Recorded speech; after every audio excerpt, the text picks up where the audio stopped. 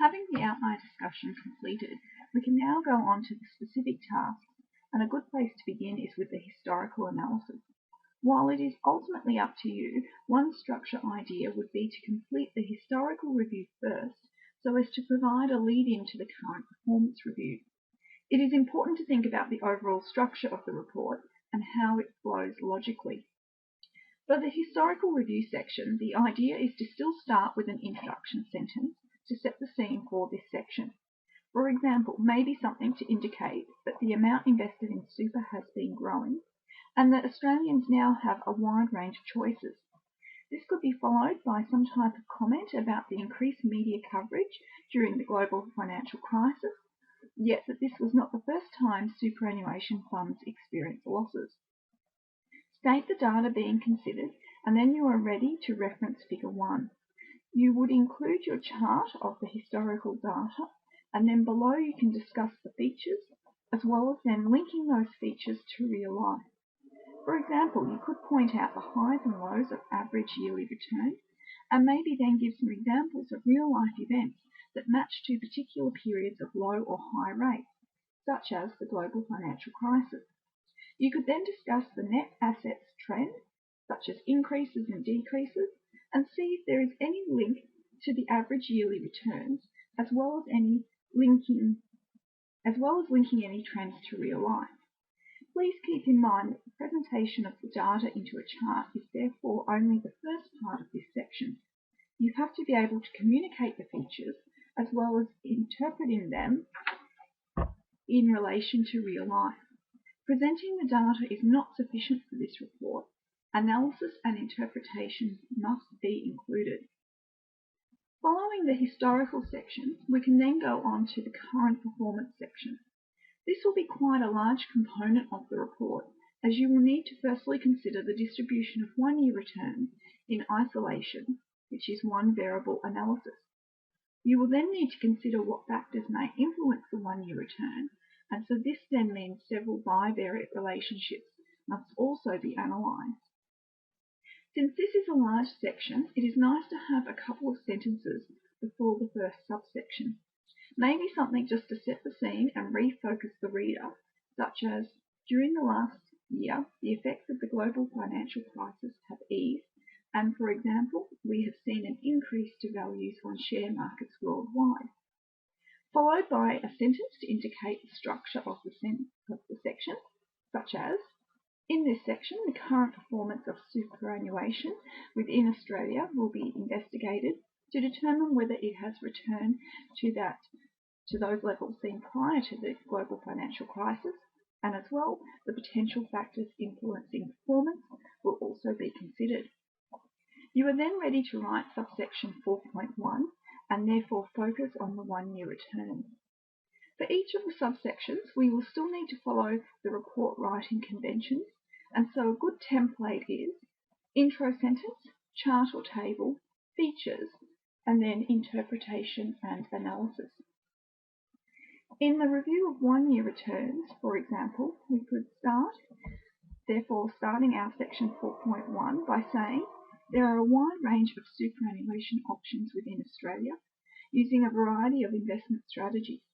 In this section, the one-year performance of a sample of 467 fund options will be considered with a view to understanding the current state of the market. Figure 2 illustrates the distribution of returns within the sample. And so you would then include your histogram as Figure 2 to visually show the distribution of returns. Below you would note the key features. Generally, a good summary of features will include things like the average, lowest value, highest value, and shape. It is also useful to note the modal class. The features then need to be put in context and linked to real life. A good concluding sentence for this subsection is to have a lead in to the next subsection. For example, something like, in the next section of the report, factors which may influence the returns, such as the fund type, will be examined. The same structure template can then be used for each of the bivariate subsections. For the bivariate analysis, you are looking to comment on which factors most strongly influence the one-year return, and so this type of comment can be a good concluding sentence in each subsection.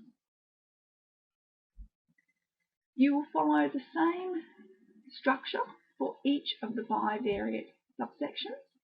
And remember, it's really important here to make sure that you do quite a bit of work in Excel first, just to really understand the data and see any patterns or trends so that you can start to think about your analysis and your interpretation. And I highly recommend doing that before you try to write too much of those actual 4.2, 4.3, 4.4 subsections. Once you've finished all of the bivariate subsections, your final section will be a conclusion. As conclusions should be drawn within each section and subsection of the report, however, the final conclusion section will only be fairly small and is really just an opportunity to quickly recap on the major findings so as to remind the reader what they should be taking away from the report. No recommendations are required, and so your conclusions should be in relation to the overall superannuation industry and its performance, both historical and current. Finally, after the conclusion, you will include your appendix. I mentioned earlier that you would need an outlier appendix. Generally, this is the only appendix that should appear in your report, as anything important, including tables and charts, should appear within the report itself. If you do find that you have something extra that you want to include as an appendix, that is okay, but please keep in mind that the report should be able to be read without looking to any of the appendices, and so it is vital that all of your findings and conclusions go inside the report itself.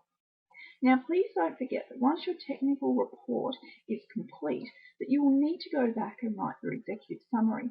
The idea is that the executive summary should provide enough information so that someone who did not want to read the technical report could read the executive summary and know all of the key findings. This is in relation to any key figures, but also with regard to the real-life interpretation of the data being analysed. Okay, well that's everything I need to say for the moment. Maybe create your Word document and start adding a basic structure of headings, but then I would recommend going to the Excel file and thinking about the outlier analysis, as well as making a start on the historical analysis. The workshops will be a good opportunity to think more about the report tasks, and don't forget that the consultation sessions can also be used to ask for help. Please feel free to bring along your Excel file if you have questions. And so, good luck with the report. Hopefully I'll see you all at workshops.